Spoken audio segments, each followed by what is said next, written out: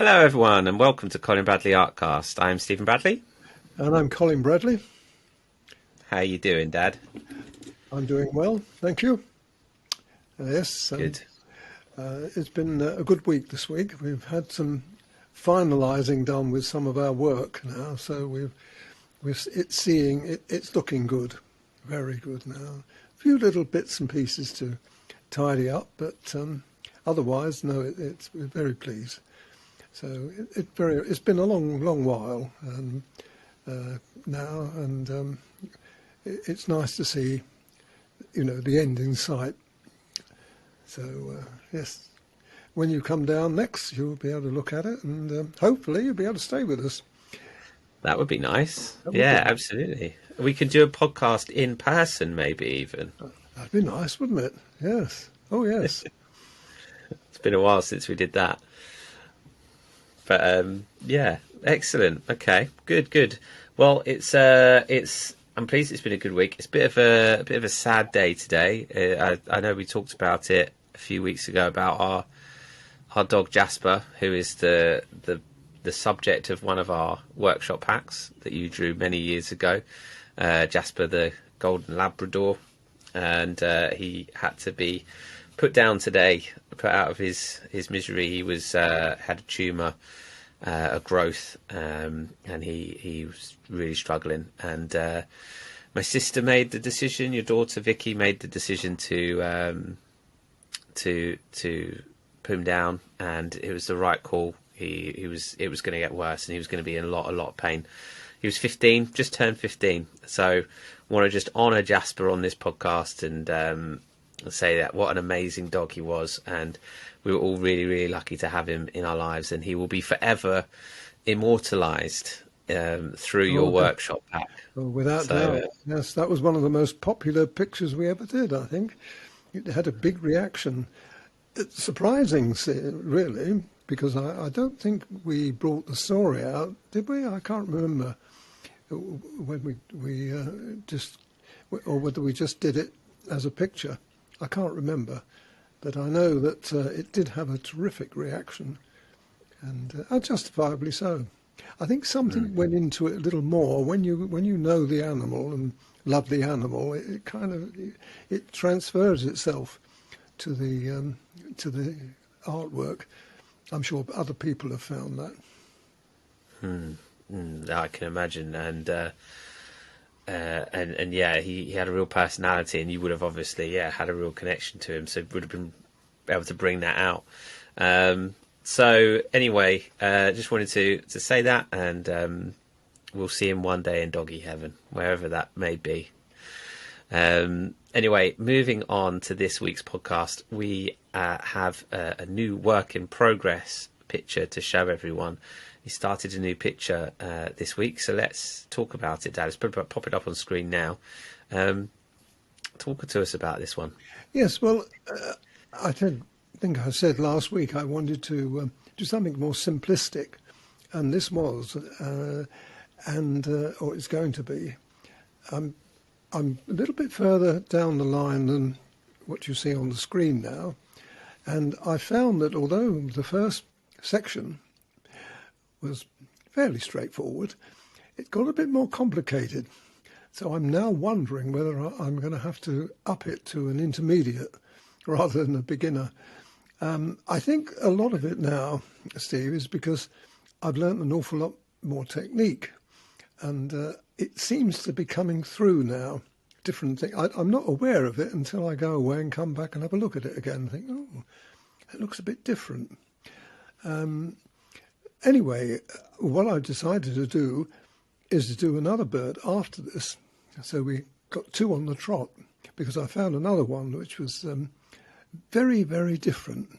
This one is a bit different. It's very colourful, isn't it? And at the moment, I'm sticking to the 14 pencils. Remember I said last week I wanted to do it in 14 pencils.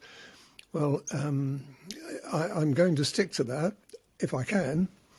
And so far, I'm pleased with it.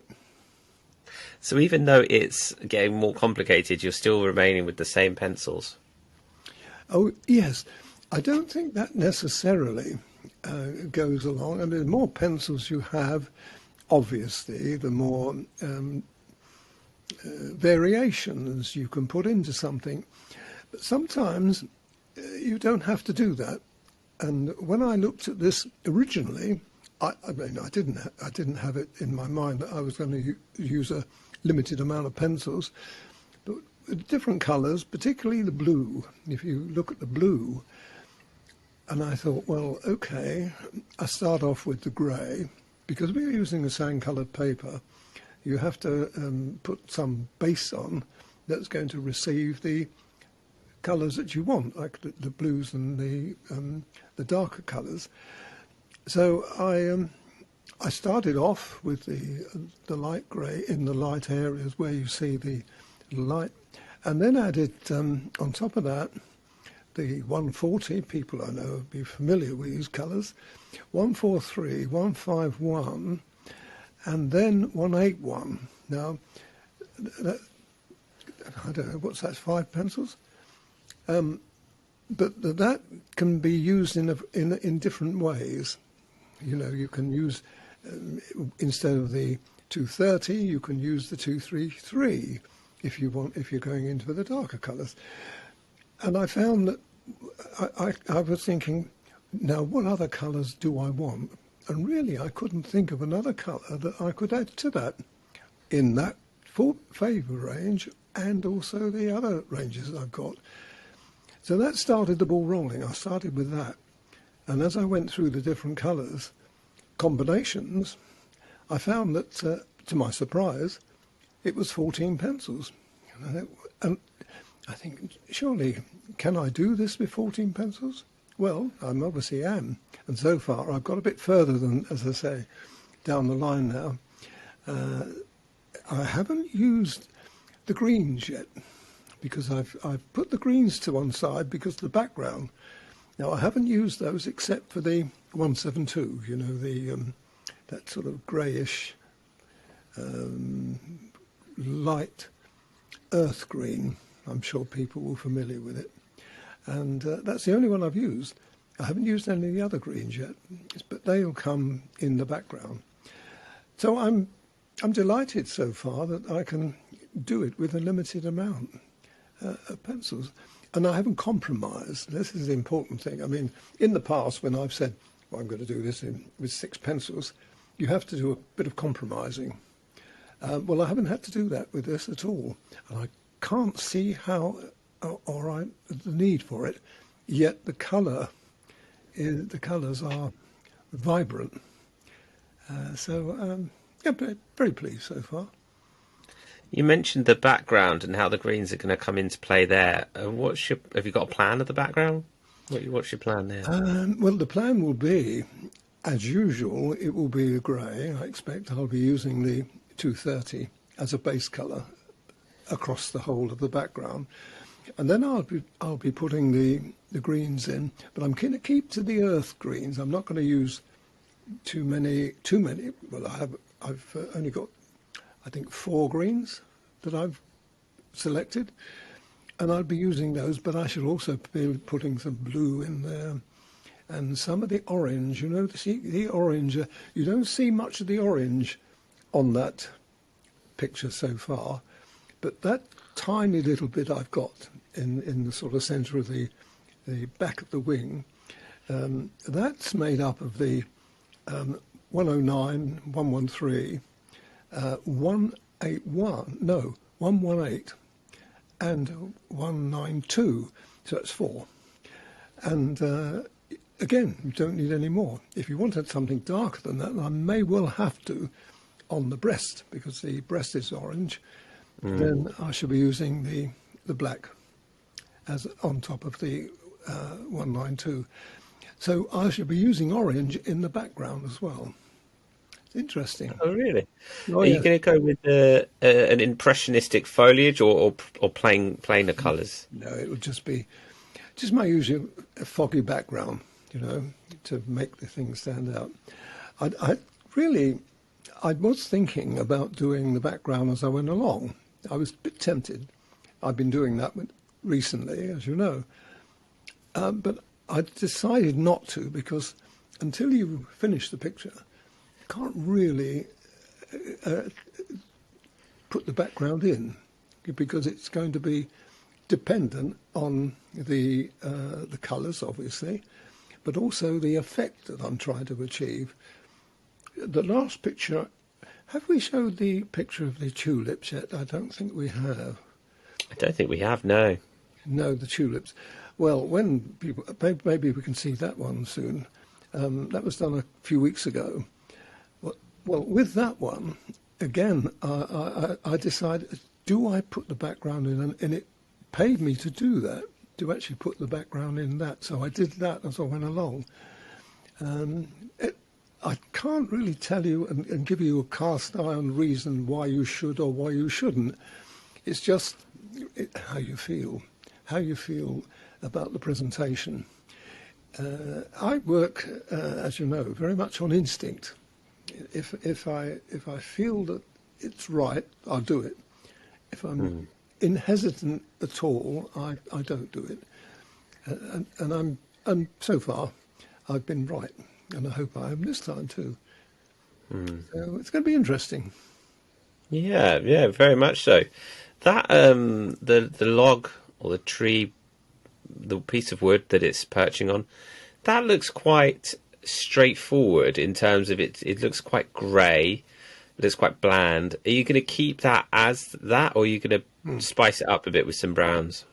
No browns at all. I haven't used browns, and I'm not going to use them. Okay. So I should be using the greys.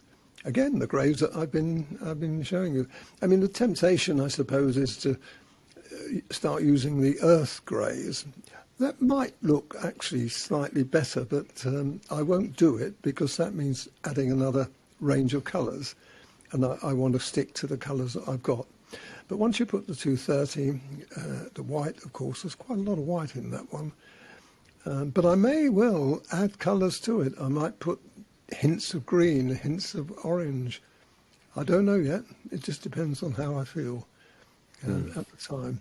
It's nice to have something that's compatible. You know, you've got a very bright looking bird, and if you make the tree stump too dull, it's not going to, it's going to spoil it, I think. So you've got to be a bit, even though it there in the picture it looks a bit boring, I think we can make it more interesting.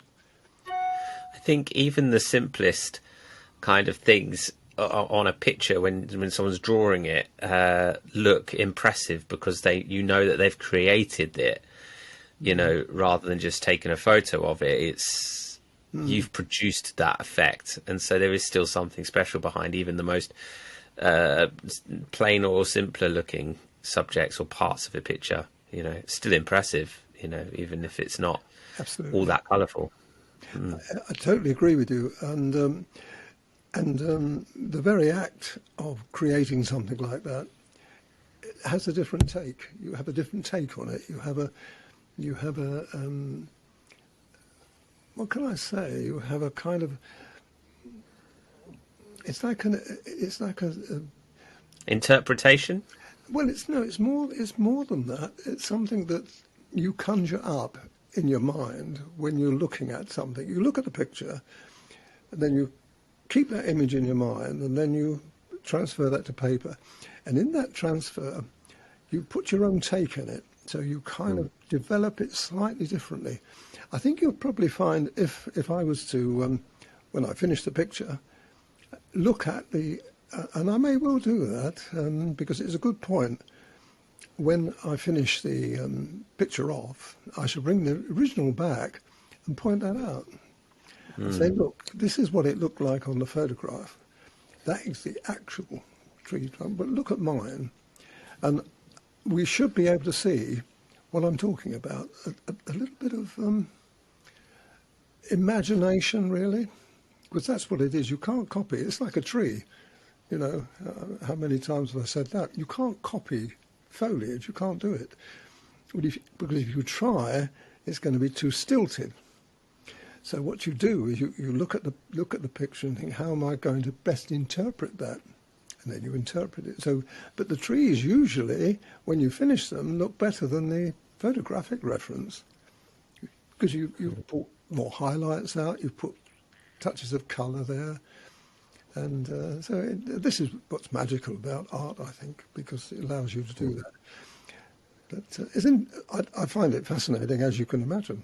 Yeah, it is interesting. And when the picture's finished, we'll try and do that. Like I'll try and put them up side by side on the podcast, so we can actually people can see visually on the screen. I'll send you the original, anyway, and you can have that as well. And yes, you can put the two together. We'll see whether I'm right or wrong. I'm sure you're right. Fantastic. Well, because when I look at the picture now, I mean, it's obviously the bird, and it's obvious. I've copied that from the photographic reference, but it does look different. It's got a different feel to it already. It can't really explain it. It's like a 3D image comes into your head rather than the flat photographic reference. Anyway, we'll find out next week. That's a good one. Yeah, we will. Let's wrap that up then. So you'll reckon you'll have the picture finished next week? Oh yes. I'm further down. I've got the bird almost finished. I've got his legs to do yet, and then the tree trunk. That's not going to take me very long. Although I've got other things I'm doing at the moment, so I'm having to split my time up a bit. But I will get it done for next week. Yes, promise. Fantastic, brilliant. Okay, excellent. Well, we'll leave it there for this week and look forward to seeing the finished picture. I hope everyone's found this interesting and helpful. As always, if you have anything you'd like us to discuss, then please just get in touch with us and we'll mention it on an upcoming episode. But for now, we'll leave it there. I'm Stephen Bradley. And I'm Colin Bradley. Enjoy your week. Enjoy your week.